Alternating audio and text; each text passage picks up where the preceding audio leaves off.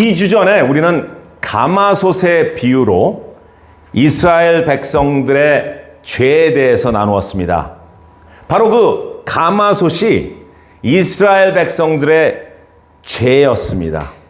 그 속에 녹슨 녹과 또 몇 년 그냥 계속 붙어 있었던 음식 찌꺼리들, 이런 것들이 바로 죄와 상처라고 했습니다. 그게 바로 불순물입니다. 그러면서 하나님께서는 이런 탄식을 하셨습니다. 가마를 비게 한 후에 숯불 위에 놓아 그 가마를 달구어서 그 속에 음식 찌꺼기들과 녹슨 녹을 불어나게 하려 그러는데 벗겨지지 않더라 라고 한탄하셨습니다. 그 이의 의미는 뭐냐면요, 내가, 바로 하나님이 너를 깨끗하게 하려고 하지만 내가 깨끗하여지지 않는다라는 의미입니다. 왜 그렇게 말씀하셨을까요? 그것은 바로 이겁니다. 나는 죄가 없습니다라는 교만과 나는 죄가 없습니다라는 숨김, 거칠애, 또는 나는 나의 죄보다 저 사람의 죄가 더 큽니다라는 정죄, 제가 지금 너무 바쁜데 한가할 때 죄에 대해서 한번 논해보죠 라는 그런 죄에 대해서 별로 신경을 안 쓰는 것들, 또 지은 죄에 대해서 무감각한 것들, 이런 핑계들 때문입니다. 이런 핑계들은 솔직히 오늘날 우리 안에서도 들려지는 핑계들입니다. 우리 하나님은 가끔 이런 핑계들을 무시하시고 강권적으로 정결케 하실 때도 있으시지만, 제가 항상 말씀드렸듯이 우리 주님은 굉장히 인격적인 분이시기 때문에 우리가 주께 내어놓고 자복하고 회개하고 의지하고 주께 요청할 때까지 기다리고 계십니다. 바로 우리들의 헌신과 우리들의 동력을 원하시는 것입니다. 오늘 말씀은 가마솥에 붙어있던 녹슨 녹이 아니라 오늘은 바로 놋과 쇠와 주석과 금, 은, 이런 광물에서 나오는 불순물, 찌꺼기에 대한 표현을 우리의 죄로 나타내셨습니다. 우리가 18절에서부터 20절까지 한 줄씩 읽겠습니다. 제가 먼저 읽겠습니다. 인자야, 이스라엘 족속이 내게 찌꺼기가 되었나니 곧 풀무불 가운데 있는 놋이나 주석이나 쇠나 납이나 은의 찌꺼기로다. 그러므로 주 여호와께서 이와 같이 말씀하셨느니라. 너희가 다 찌꺼기가 되었은즉 내가 너희를 예루살렘 가운데를 모으고. 같이 읽겠습니다. 사람이 은이나 놋이나 쇠나 납이나 주석이나 모아서 풀무불 속에 넣고 불을 불어 녹이는 것 같이 내가 노여움과 분으로 너희를 모아 거기에 두고 녹이리라. 여기서 눈에 띄는 단어는요, 바로 찌꺼기들입니다. 즉 죄와 상처들을 녹이시겠다라는 것입니다. 어떤 방법으로요? 바로 바벨론을 통하여서 예루살렘을 완전히 함락시키겠다는 것입니다.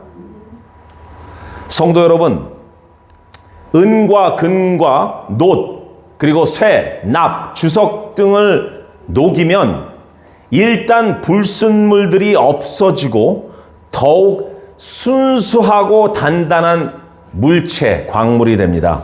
그것을 전문 용어로 정죄가 아니죠. 정제. 이 정제라는 건 영어로 refine 한다는 것, 불순물을 없앤다는 것, 또는 성경적인 말로 연단이라는 말입니다. 오늘 이 구절들을 통해서 성령께서 본문을 통해 우리에게 주시는 감동을 여러분들과 함께 나누었으면 좋겠습니다. 첫 번째로, 우리 각자 주께서 주시는 정죄 과정을 참고 견디자입니다. 정죄되고 리파인되고 연단되는 과정을 살펴보면요, 바로 처음에 채광이라는 게 있습니다. 채광은 마이닝 하는 것입니다. 광부들이 돌을 꺼냅니다. 근데 돌은 그냥 돌이에요. 근데 돌을 꺼내서 그것을 이제 불순물을 제거하기 위해서 그 다음에 하는 것이 바로 용광로 속에 넣는 것입니다. Heating in the furnace. 용광로 속에 넣으면요, 그것이 불순물들과 그 금과 은들이 분리가 되기 시작합니다.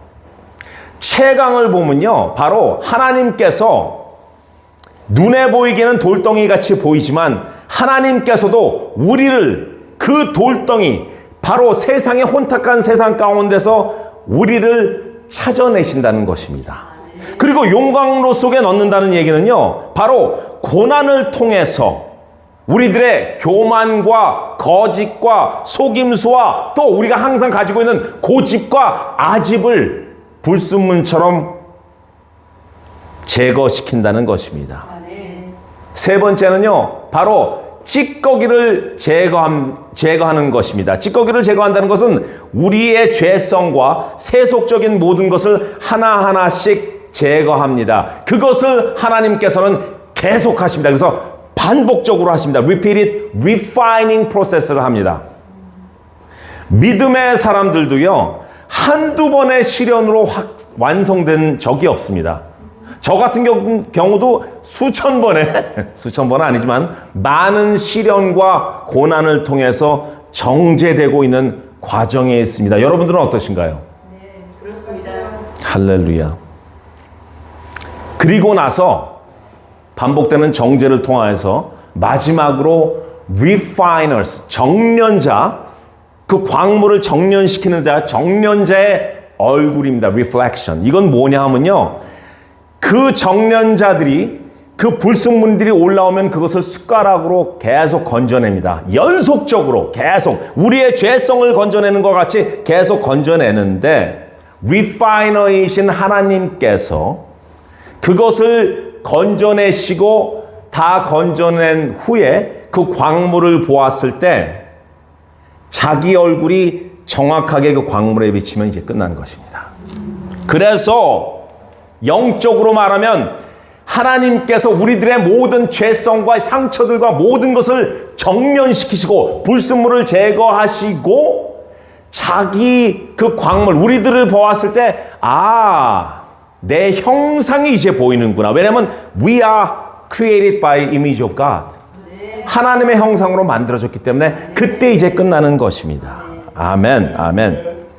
이것이 바로 첫 번째 감동입니다. 바로 정죄를 통하여서 우리의 불순물이 제거되기 때문에 우리는 하나님께서 하시는 정죄, 바로 시련과 고난과 트라이얼과 테스트를 이겨내야 된다는 것입니다. 참고 이겨내야 된다는 것입니다. 두 번째, 우리들의 죄를 정확히 직시하고 디테일하게 고하자입니다. 오늘 본문은요, 하나님께서 굉장히 디테일하게 선지자, 제사장, 그리고 고관들, 그리고 백성들의 죄를 디테일하게 고합니다. 우선 볼까요?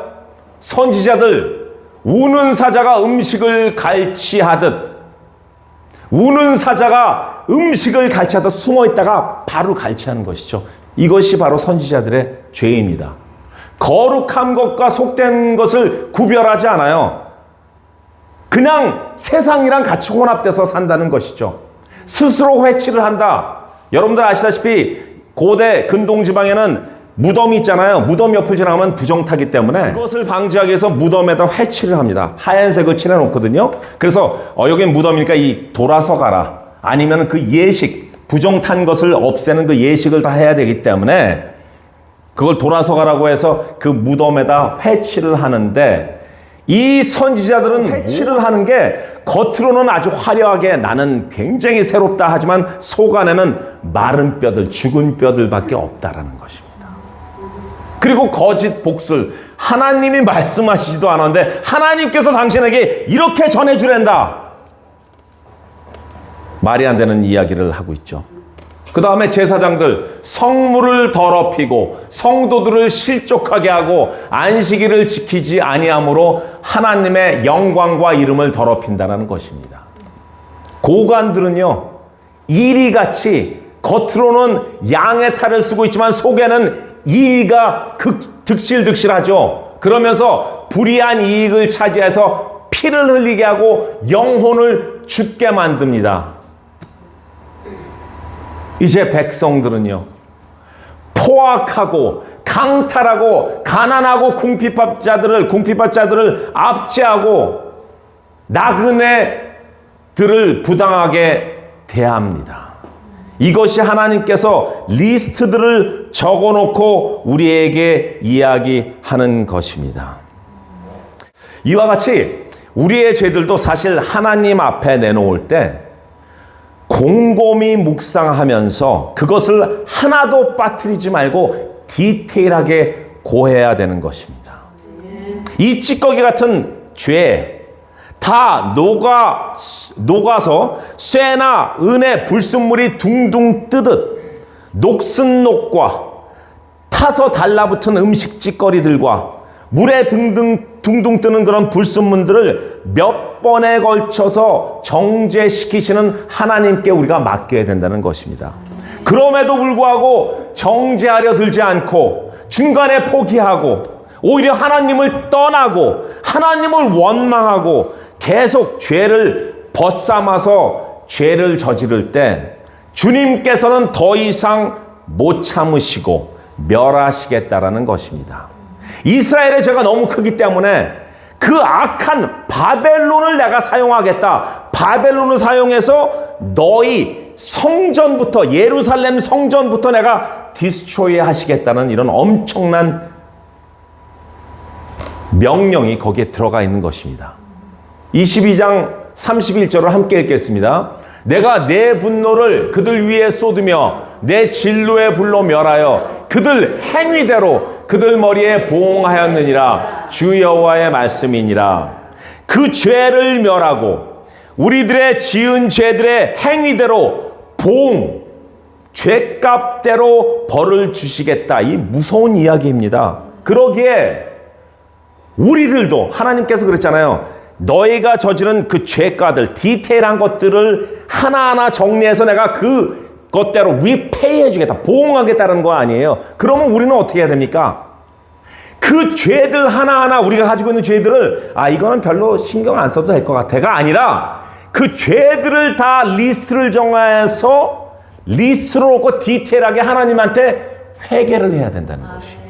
이거는 별거 아니니까 잠깐 내려놓고 하나님께서 이거는 패스하실 거야가 아니라 하나님, 당신이 그러셨죠? 우리가 지은 죄대로 당신께서 보응하시겠다고 하시니까 저도 제가 지은 죄들 하나하나를 목록으로 만들어서 다 올려드리겠습니다. 그 대신 주님, 저의 죄를 용서하시고 사하여 주시옵소서.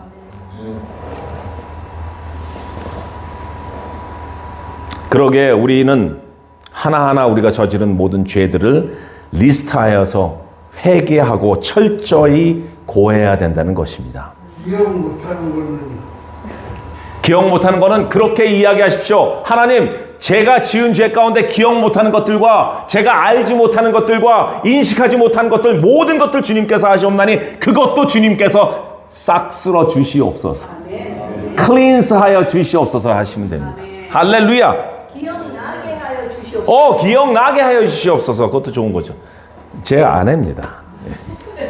세 번째, 이 본문을 통해서 무너진 곳에 막아서서 울부짖는 한 사람이 되십시오. 오늘 이상한 구절이 있습니다. 바로 이 구절입니다. 이 땅을 위하여 성을 쌓으며 성 무너진 데를 막아서서 나로 하여금 멸하지 못하게 할 사람을 내가 그 가운데서 찾다가 찾지 못하였으니. 이상한 구절이에요. 왜냐하면 그냥 하나님께서 당신께서 선포하신 대로 집행하시면 되시는데 집행하실 수 있잖아요. 내가 쓸어버리겠다면 쓸어버린 거 아니에요. 그런데 꼭 이렇게 한 줄의 구절을 남기셔서 그분의 성품을 우리에게 보여주신다는 것입니다. 그 성품이 뭐겠습니까? 바로 긍휼에 또 우리를 회복시키겠다는 하나님의 정말 사랑스러운 마음이십니다.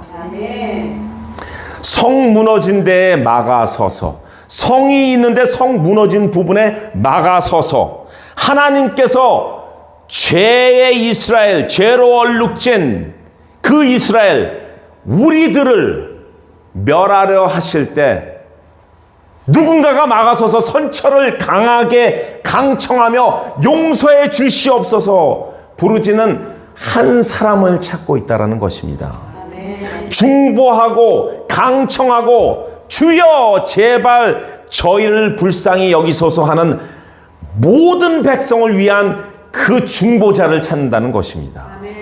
여기서 사람들이라는 플러럴, 복수를 쓰지 않았습니다. 한 사람, 싱귤러를 말씀하셨습니다. 단 한 사람이라도 중보자가 있다면 내가 불쌍히 여기겠다라는, 오히려 너무나 황송스럽게도 하나님의 소망을 우리한테 가르쳐 주신 거예요. 우리가 항상 그러잖아요. 우리는 하나님, 하늘에 대한 소망, 하나님에 대한 소망이 있습니다 하는데, 황송하게도 하나님께서, 그 전지전능하신 하나님께서 내 소망이 너희들 중에 딱 한 사람만, 누가 막아서서 내가 멸하려는 나를 회심하게 해달라는 이런 소망이란 말이에요. 빌리 목사야, 너희 교회에 이렇게 무너진 벽들이 많은데 왜 한 사람도 막아서서 나에게 부르짖지 않느냐? 요즘 너무 바쁘지? 요즘 너무 다들 힘들지? 너무나 가정들이 문제도 있고 힘들고 기도 제목도 많고 그래서 못하지? 한 명만 있으면 되는데, 한 명만. 하나님의 소망이잖아요. 물론 여러분들은 그러시겠어요. 그러실 거예요. 당신 빌리는 목사 당신이에요 이러시겠는데, 그 한 사람은 저만 쓰는 게 아닙니다. 여러분들. 여러분들도 서서 막아야 돼요. 하나님께서 진노하신 것을 막고 이분들의 모든 죄들을 용서하여 주시옵소서. 단 한 사람이라도 그들의 죄를 회개하고 애통하고 너무 죄송하다라는 마음을 먹고 주 앞에 나와서 간청하고 간구하는 그런 중보자를 찾고 계시다라는 것입니다. 그것이 바로 그분의 성품이에요. 은혜의 긍휼의 마음입니다. 하나님께서 찾고 계신, 즉 무너진 데 막아서서 외치는 중보자는요, 한 사람의 예배자, 한 사람의 기도 용사입니다. 구약에서부터 신약까지 아브라함이 그랬잖아요. 소돔과 고모라를 완전히 멸하실 때 하나님, 의인이 10명 있으면 물러서시겠습니까? 그것을 철회하시겠습니까? 물론 10명도 없었어요. 그래서 소돔과 고모라가 멸하였죠. 그러나 그렇게 중보하는 자를 하나님께서는 원하신다라니까요. 워로밭 모세, 이스라엘 백성들이 금송아지 만들고 거기서 뭐 했습니까? XX 발광했잖아요. 그때 모세가 뭐라 그랬습니까? 하나님, 저들이 뭐 하는지 모릅니다. 저들을 멸하지 말아 주십시오. 제 이름을 차라리 생명책 속에서 지워버려 주세요. 자기를 헌신하는 이 중보자 아니에요. 예배자며 기도자 아닙니까? What about Esther? 하만의 음모로 인해서 이스라엘 백성들이 완전히 멸절될 때 내가 죽으면 죽으리이다. 자기 몸을 바치면서까지 하나님께 강청했지 않습니까? 진정한 중보자이신 우리 예수 그리스도.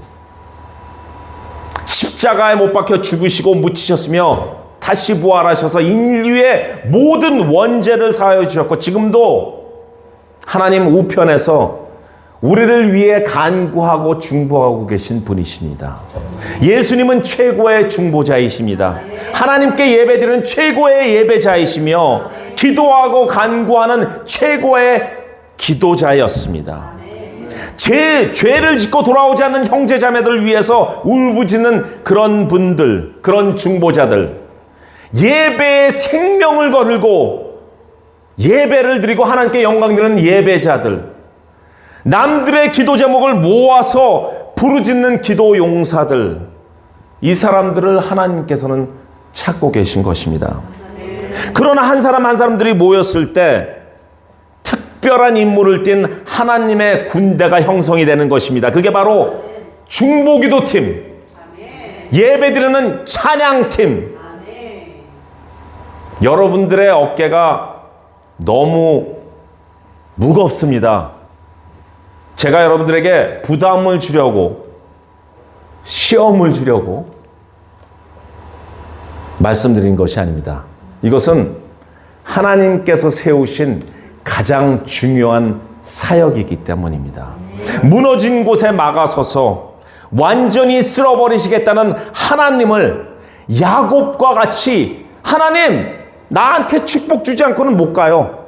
하나님의 허리띠를 잡고 씨름을 하는 그런 중보자, 예배자, 기도자가 있어야 됩니다. 그것을 하나님께서 원하십니다. 하나님께서 너무나 원하시는 사람입니다.